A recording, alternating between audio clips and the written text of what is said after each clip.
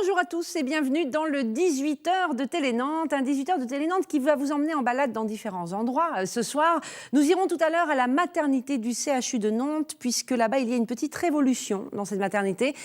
Dorénavant, les mamans qui le souhaitent peuvent rentrer chez elles dès le lendemain de l'accouchement. Voilà, c'est nouveau, c'est en train de se mettre en place et on vous en dit plus dans quelques instants. Lucie de la CLCV nous rendra visite en fin d'émission pour nous dire ce qu'il y a de neuf en matière d'assurance et notamment en matière de résiliation d'assurance, et tout ça grâce à la loi Macron. Voilà, on fera le point avec Lucie. Et puis ce 18h de Télé-Nantes vous invite également ce soir à aller visiter la ruche qui dit oui, car ce soir, 2 ruches sont inaugurées à Nantes, rue du Pré-Gaucher et rue de Pornichet. La ruche qui dit oui, c'est un concept national, un réseau national qui met en lien les consommateurs avec les producteurs locaux grâce à des commandes en ligne, mais tout n'est pas virtuel. La preuve par l'image, puisque tout à l'heure nous retrouverons Anne-Lise Thomine sur place avec Julien Herpin. Anne-Lise, vous êtes déjà installée, tout est en train de se mettre en place en fait. Voilà, tout est en train de s'installer derrière moi et donc j'ai envie de vous dire quand même que c'est un concept qui a le vent en poupe et nous aussi nous sommes dans le vent ce soir pour l'inauguration de la toute première ruche qui dit oui. On est rue du Pré-Gaucher exactement dans un restaurant qui s'appelle Nature et Fourchette. On va aller voir les responsables de cette ruche qui dit oui et également les producteurs et les premiers consommateurs qui s'intéressent à ce tout nouveau concept. À tout à l'heure. À tout à l'heure Anne-Lise, mettez-vous vite à l'abri. Nous ici on commence ce 18h de Télé-Nantes direction la maternité.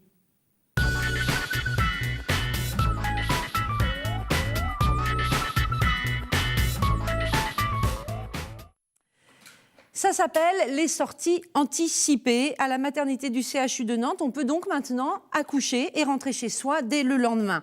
Alors le sujet, évidemment, vous vous en doutez, est assez complexe, car à la fois, il s'agit, pour celles qui le souhaitent, de permettre aux mamans de vite retourner chez elles, dans leur environnement, auprès parfois de leurs enfants les plus âgés. Et puis il s'agit, bien sûr, pour le CHU, de faire des économies en libérant plus vite les lits, le tout avec, bien sûr, la priorité à la santé et à la sécurité des bébés, des nouveau-nés, et à la santé et à la sécurité de leur maman. Alors, pour bien comprendre ce nouveau fonctionnement qui est en train, je le disais, de se mettre en place, eh bien, on est allé sur place. C'est Benoît Balti qui s'en est chargé. Il s'est immergé dans cette maternité du CHU de Nantes. Il a rencontré les professionnels, les parents, les bébés, mais eux n'ont pas parlé et ça donne ça. Sacha a tout juste 2 jours, mais dès ce soir, la petite fille dormira chez elle. Ses parents ont décidé de ne pas prolonger le séjour en maternité. J'ai choisi de sortir plus tôt parce que tout allait très bien pour moi comme pour le bébé. Donc je voyais plus comme une contrainte de rester plus longtemps à la maternité, sachant qu'il n'y avait pas de soins particuliers à apporter ni à moi ni à Sacha. Je n'ai pas forcément de crainte pour l'après, on est plutôt confiant, on est bien entouré, on est bien préparé. D'autres mamans ont préféré rester plus longtemps. J'avais envie de prendre mon temps, de me reposer aussi surtout, parce que je suis maman aussi de 2 autres petits garçons et je sais qu'à la maison le rythme va être différent. Malgré le fait que ce soit un accouchement qui se soit très bien passé, une nuit blanche pour un accouchement, après un enfant qui nous réclame aussi beaucoup, voilà, j'avais fait le choix de garder ce nombre de jours pour accueillir au mieux cet enfant. Car désormais, à l'hôpital mère-enfant de Nantes, ces mamans ont le choix. Depuis le 1er avril, le CHU expérimente le retour anticipé au domicile. Un séjour en maternité classique dure en moyenne 4 à 6 jours.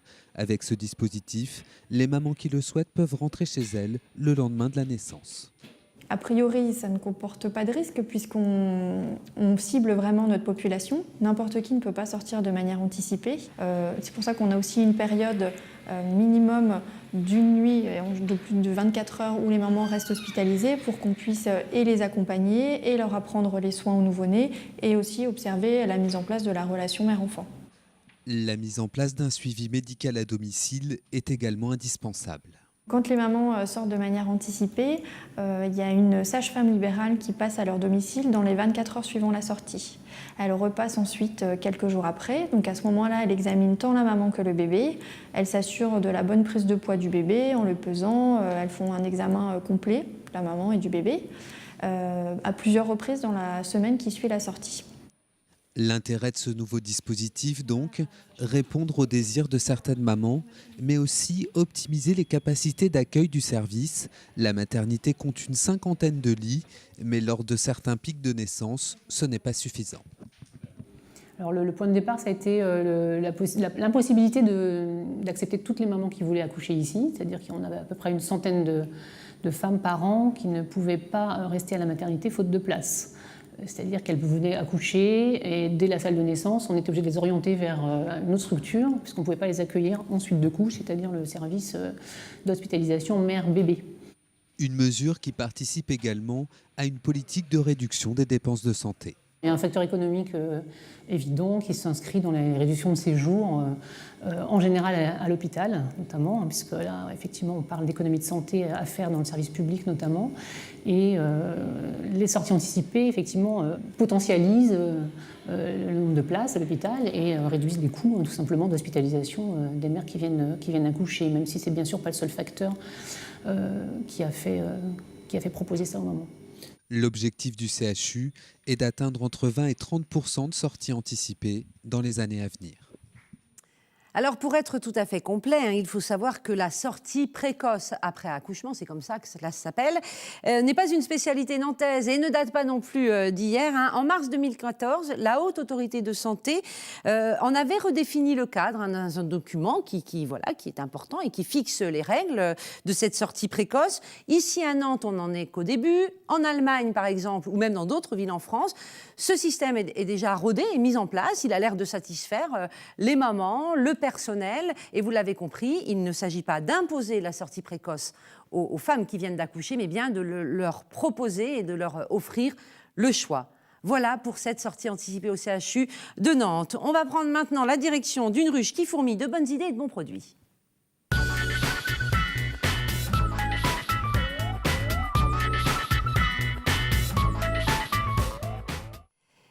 La ruche qui dit oui, c'est donc un réseau national qui met en lien les consommateurs d'un côté avec des producteurs locaux. Et ce soir, à Nantes, on inaugure de nouveaux points de distribution. C'était l'occasion pour nous de vous faire découvrir le concept et le tout dans un lieu, vous allez le voir, tout à fait original. Car cette fois, plutôt que d'inviter les gens et les protagonistes de l'histoire à venir nous rendre visite en plateau, on a décidé, nous, de nous déplacer, de nous rendre à leur côté. On va donc retrouver tout de suite Anne-Lise Thomine, accompagnée de Julien Herpin derrière la caméra. Ils sont à la ruche qui dit oui, dans le vent, rue du Pré-Gaucher. Oui, on s'est mis un tout petit peu à l'abri. On est rentré un petit peu dans le restaurant Nature et Fourchette pour cette toute première ruche qui dit oui, nantaise quand même. Et nous sommes avec la responsable de cette ruche du Pré-Gaucher qui s'appelle Laurence Landrin. Bonjour, merci d'être avec nous. Vous allez d'abord peut-être nous expliquer, alors même si Cécile qui est en plateau venait de le dire, un petit peu le concept de la ruche qui dit oui. Mais ça veut dire quoi exactement? Comment ça marche une ruche qui dit oui? Alors, donc il y a quelqu'un, un responsable de ruche, qui décide de recruter des producteurs, de trouver des producteurs locaux. Donc qui décide du goût qu'elle souhaite trouver auprès de ses producteurs. Donc moi, la ruche est quasiment toute en bio. Enfin, pour le moment, elle est 100% en bio. Donc vous avez vraiment votre mot à dire. C'est vous qui déterminez un peu la couleur de la ruche. Tout à fait. Et donc c'est principalement alimentaire, mais ça peut aussi être ouvert à des cosmétiques, à des meubles. Enfin, c'est complètement ouvert pourvu que ce soit un approvisionnement local. Et puis ensuite, il y a donc un site qui est ouvert où des gens s'inscrivent, des consommateurs potentiels de cette ruche. Et le principe, c'est qu'il n'y a pas d'engagement. Ils sont juste inscrits, ils sont informés des ventes chaque semaine. Ils commandent ou pas. Ils commandent souvent ou de manière très aléatoire, un peu ou beaucoup. C'est vraiment très souple au niveau du mode de fonctionnement. Et puis, donc, une fois la commande passée, le paiement fait en ligne, il y a un jour de distribution. Donc nous, ce sera le mardi soir de 17h30 à 19h, tous les mardis. Et donc un lieu. Et donc nous, c'est le restaurant Nature et Fourchette, donc ici, rue du Pré-Gaucher, donc entre Sopin et Gare Sud, qui nous accueille pour ces distributions hebdomadaires. Bon, là, c'est l'inauguration, donc il y a tout le monde. On le voit, tous les producteurs sont présents. Ce ne sera pas le... l'éleveuse, puisque donc il y avait un veau en train de naître, donc elle a dû nous faire faux bon. C'est les aléas du direct de l'agriculture également. Mais les producteurs ne seront pas là à chaque fois, à chaque distribution. Si, ils viennent. Le principe de la ruche, c'est qu'ils sont présents. Comme toutes les formalités de paiement, etc. se font en ligne, le but c'est qu'ils viennent et qu'ils puissent être totalement disponibles pour le contact consommateur et pour expliquer justement comment ça fonctionne du champ à l'assiette. C'est l'intérêt de ce mode de fonctionnement. Alors, on connaît déjà un petit peu, c'est vrai, les AMAP, les associations pour le maintien d'une agriculture paysanne, qui fonctionnent aussi avec un panier qu'on commande sur une durée un peu fixée à l'avance. Hein, ça va être sur 6 mois, sur 1 an. C'est quoi les principales différences qu'il y a entre une AMAP et une ruche qui dit oui? Et est-ce que vous êtes un petit peu en concurrence? Moi, je pense qu'on est complémentaires. Après, ça, c'est le politiquement correct. Non, sincèrement, je pense qu'on est complémentaires. Alors, le principe d'une AMAP, c'est qu'on a un engagement annuel. Donc, on paye en début, on a un contrat et on paye pour un certain nombre de distributions. Et puis, on choisit pas. Alors, ça évolue peut-être un peu, mais on choisit pas ce qu'il y a dans son panier. En fait, c'est un panier type que le producteur fait en fonction de sa production du moment. La ruche, la différence, c'est qu'il n'y a pas d'engagement. Donc, on ne paye pas à l'avance, on paye au cas par cas en fonction du moment où on achète, et on peut ne pas acheter, c'est-à-dire que si on est en vacances, donc c'est plus souple à ce niveau-là. Après, je pense que dans le principe de la MAP, il y a peut-être un engagement plus fort de la part des gens, parce que normalement c'est une co-construction consommateur-producteur. Voilà. Après, c'est peut-être moins structuré. Est-ce que vous du coup, voilà, vous êtes responsable, vous êtes salarié du coup? Non, on peut avoir un statut associatif, on peut avoir un statut auto-entrepreneur ou entreprise individuelle, et en fait, on est rémunéré à hauteur de 8,35% du montant des ventes pour le fonctionnement, pour le service rendu, si vous voulez. Plus une indemnité, quoi. Voilà, et c'est plus souple au niveau de la ruche. Après, je pense que c'est complémentaire, c'est pas forcément le même type de public. Je pense que, d'ailleurs, le haut porteur de ruche, lui, a commencé par créer une AMAP. Je pense que pour moi, c'est vraiment complémentaire. On touche d'autres gens, et puis je pense que les gens peuvent parfaitement aller d'une AMAP à une ruche.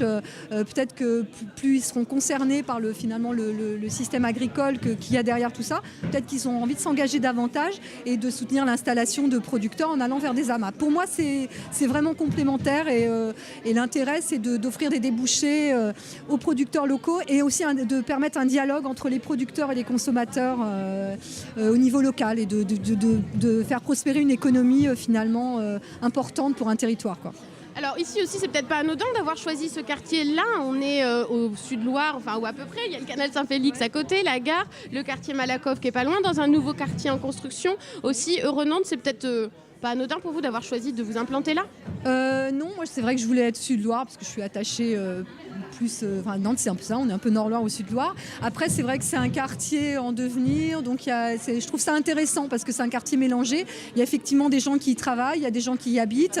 Je trouvais ça plutôt sympa, l'idée de ce mélange. C'est un peu comme ce lieu finalement qui nous accueille, puisque c'est un passé industriel, c'est reconverti en commerce, mais il y a toujours des traces des machines qui faisaient les berlingots, etc. J'aime bien les quartiers un peu en devenir. Enfin voilà, je trouve que c'est plutôt sympa. Alors on va aller faire un tour aussi parmi évidemment les producteurs qui sont là, mais dites-nous juste un peu vous comment vous les choisissez, quels sont vos critères? Vous dites vous avez choisi un peu du bio, mais c'est vrai que c'est pas obligatoire.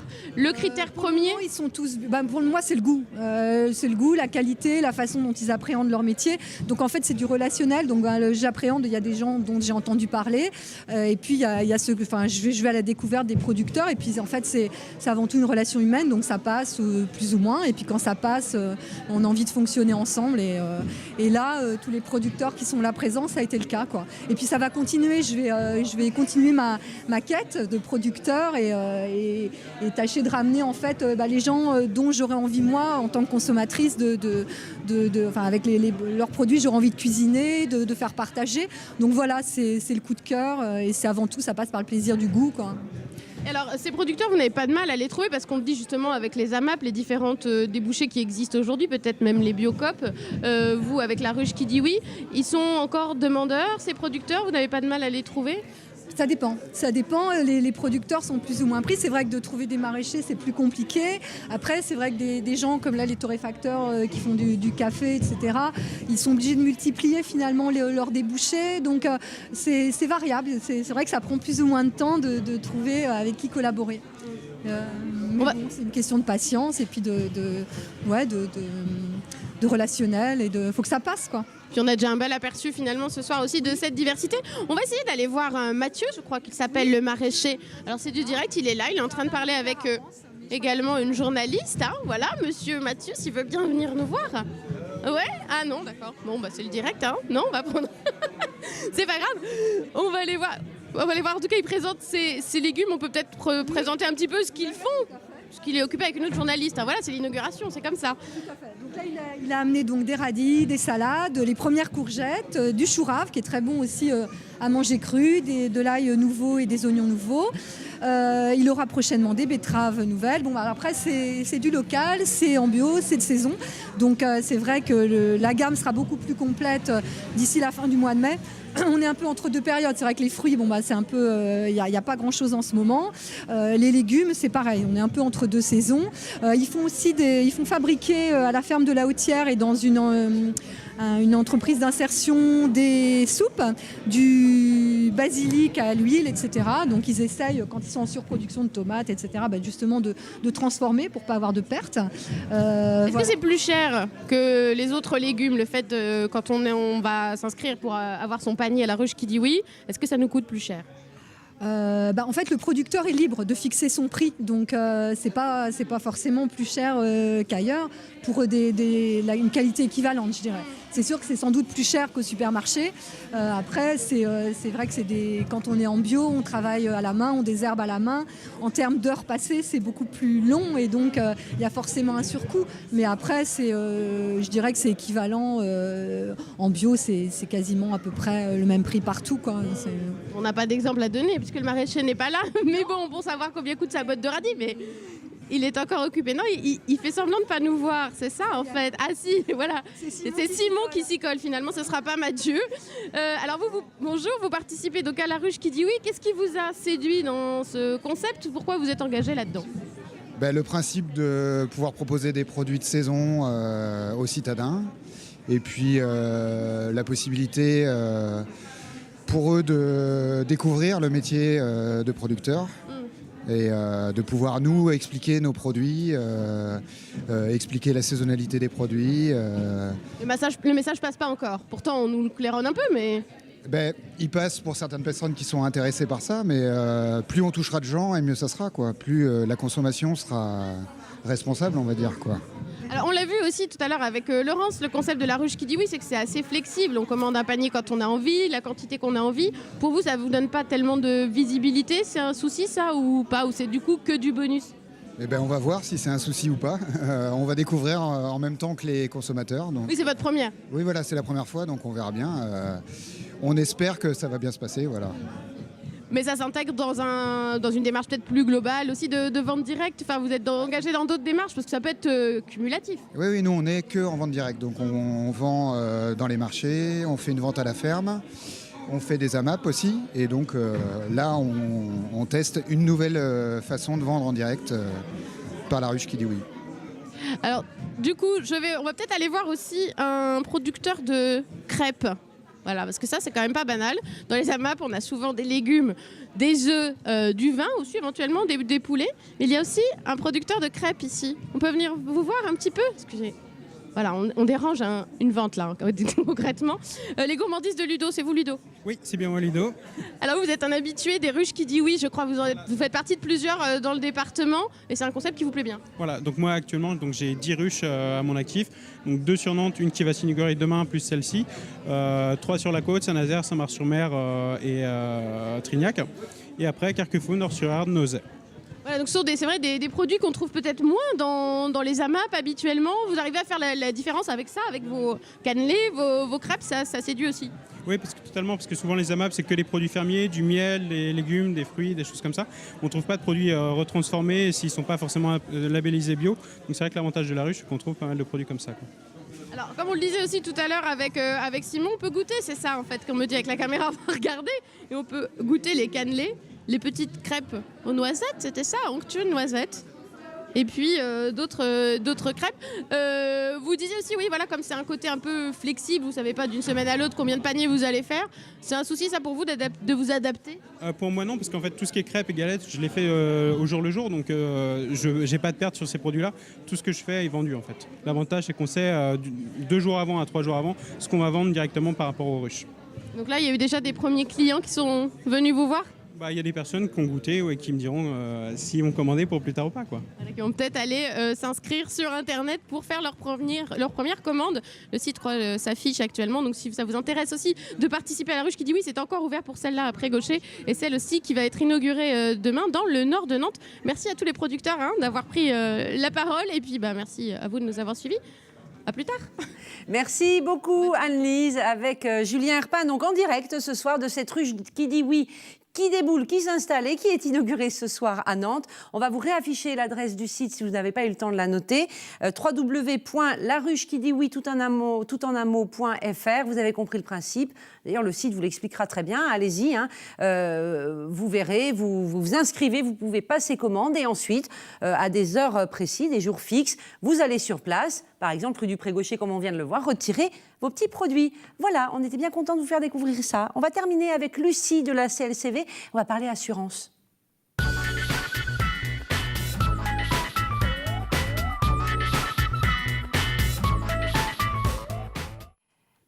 Eh bien oui, qu'on se le dise, avec la loi Hamon, on le sait un petit peu, il y a beaucoup de choses qui ont changé parce que c'est une loi un peu tiroir avec beaucoup d'entrées et de thématiques. Mais en ce qui concerne les assurances et les assurés que nous sommes tous, il y a du neuf. Bonsoir Lucie. Bonsoir. Alors, qu'est-ce qui a changé avec cette loi Hamon et en matière d'assurance, notamment, et en tout cas on va commencer par ça, pardon, j'ai du mal, en matière de résiliation de contrat. Oui, alors donc cette loi-là, elle a été donc c'est une loi de consommation, hein. Donc depuis janvier 2005, en fait, elle permet d'assouplir les procédures de résiliation. Janvier 2015. Oui, j'ai Vous dit avez quoi dit 2005, Lucie. 2015. Ça ne va pas du tout. Je fais un Pardon, pas en arrière. allez, On la refait couper. Et du coup, donc voilà. Donc en fait, ça permet à l'assuré du coup de faire mieux jouer la concurrence et par la suite, du coup, de faire baisser les prix du marché. Voilà. Quelles étaient les anciennes règles avant? Parce que c'était réglementé quand même. Oui, voilà. Donc avant, souvent les contrats déjà, qui concernent surtout auto, moto et habitation, c'était reconduit automatiquement et il fallait attendre 2 mois avant la date d'anniversaire pour pouvoir résilier. Et combien de fois on s'est retrouvés voilà, il était trop tard. Fallait y penser, fallait hyper anticiper. Alors qu'est-ce qui change maintenant? Alors du coup, maintenant en fait, l'assuré pourra résilier son contrat quand il le souhaite après une année d'adhésion passée. C'est-à-dire qu'il n'y a plus à attendre, il n'y a plus de préavis, cette notion de préavis qu'on devait respecter. Voilà. Donc ça, c'est pour tous les contrats souscrits à partir du 1er janvier 2015. Ouais. Et donc pour les autres, faut qu'ils attendent du coup la date d'anniversaire pour faire valoir leurs droits. Ah, quand même. Mais après, du coup, voilà, c'est l'assuré en fait qui choisit sa date de fin de résiliation. Et comment on fait? Donc il faut quand même continuer à envoyer une lettre recommandée? Non, du coup, c'est plus simple. Donc, du coup, faites juste un coup de téléphone à sa nouvelle assurance. Ouais. Et c'est la nouvelle assurance qui se charge de tout, qui fait tout à votre place. D'accord. Voilà. C'est hyper simplifié. Voilà. Ah ben c'est une vraie révolution quand même. Ah ouais. Non, c'est très efficace. Et les gens ne sont pas encore au courant forcément. On en parle un petit peu, mais voilà, faut. Et ce qui est bien aussi, c'est que cette réforme aussi fonctionne avec les assurances crédit. Oui, alors on y vient, ce qu'on appelle la réforme, l'assurance crédit, l'assurance emprunteur. Voilà. C'est-à-dire quand on emprunte de l'argent, par exemple, pour acheter une maison, admettons, ou une voiture, eh bien, on a une assurance qui va avec. Voilà. Donc aujourd'hui, la plupart du temps, les assurances crédit on les fait souvent auprès de la banque prêteuse. Et donc, du coup, les banques en profitent pour mettre des prix plus élevés qu'une assurance individuelle. Et bien souvent, on ne sait même pas qu'on peut aller s'assurer ailleurs. Oui, hein, oui, voilà. oui. Donc voilà, les banques, elles savent bien. Oui. Et donc, du coup, maintenant, les assurés auront 1 an pour pouvoir résilier. Lors de la première année, à partir de la date, la date de signature, ils auront 1 an pour pouvoir aller voir ailleurs. Et si au-delà des 1 an, par contre, c'est trop tard? Après, ils attendent la fin de leur contrat. Voilà. D'accord. Donc, en tout cas, on comprend jusqu'à présent, et on va voir que ce n'est pas fini, il y a encore d'autres points. C'est plus de souplesse, et en fait, c'est plus de liberté pour l'assuré. Et c'est pareil en assurance santé, par exemple. Voilà. Concernant les mutuelles. Voilà. Alors, sauf que là, les mutuelles, concernant les préavis, ça ne change pas. Non. C'est juste que du coup, ils seront plus souples au niveau des tarifications. Donc, ils devront plus clarifier les taux de remboursement. Par exemple, nous expliquer ce que ça veut dire quand on voit sur son petit papier de mutuelle 200%. Voilà, 100%. Voilà. En gros, on ne sait pas ce que ça veut dire. Donc là, ils seront obligés de mettre aussi des exemples explicatifs. Concrets, quoi. Voilà. En prenant l'exemple d'une paire de lunettes ou d'une prothèse dentaire. Parce que souvent, ça ne nous parle pas à 100%. Non, avant d'avoir demandé un devis précis, c'est vrai, on n'y comprend pas grand-chose. Et ça c'est donc plus de transparence, en réalité. À partir de quand? Pareil, 1er janvier 2015. Oui, voilà. Oui. Donc on peut, normalement, sur nos contrats de mutuelle, on peut avoir accès à une information un peu plus compréhensible. Plus clair, plus clair. Et puis, il y a l'histoire des assurances doublons. C'est-à-dire que parfois, on ne le sait pas trop, ou ça nous passe au-dessus de la tête, mais on est assuré 2 fois pour la même chose. Oui, donc ça arrive souvent. Ça semble dingue, mais voilà. Voilà. Donc là, c'est pareil. Du coup, l'assuré pourra résilier son contrat. S'il voit qu'il a doublon, il aura 14 jours. Comment on peut avoir une assurance doublon? Dans quel cas ça se produit? Des fois avec les cartes bancaires, les cartes bancaires, même dans les assurances habitation, on a plein de choses des fois. Ouais. Et on se notamment rappelle l'assurance scolaire. L'assurance scolaire, ouais. Voilà. Puis plein d'assurances complémentaires qu'on peut souscrire. Donc là, les gens ont 14 jours. Mais là, c'est pareil, c'est que pour les risques couvrant les pertes, les vols ou ou les assurances liées aux vacances. Voilà, on a fait le tour en gros de ces nouveautés liées à la loi Hamon. Tout ça ne concerne que les nouveaux contrats. Pour les anciens contrats, il faudra attendre. Voilà. Oui, c'est fini. Juste pour les assurances emprunteurs, c'est pour les contrats à partir du 26 juillet 2014 qui comptent. Donc si vous avez emprunté en juillet 14, c'est bon. Voilà. Merci, à bientôt.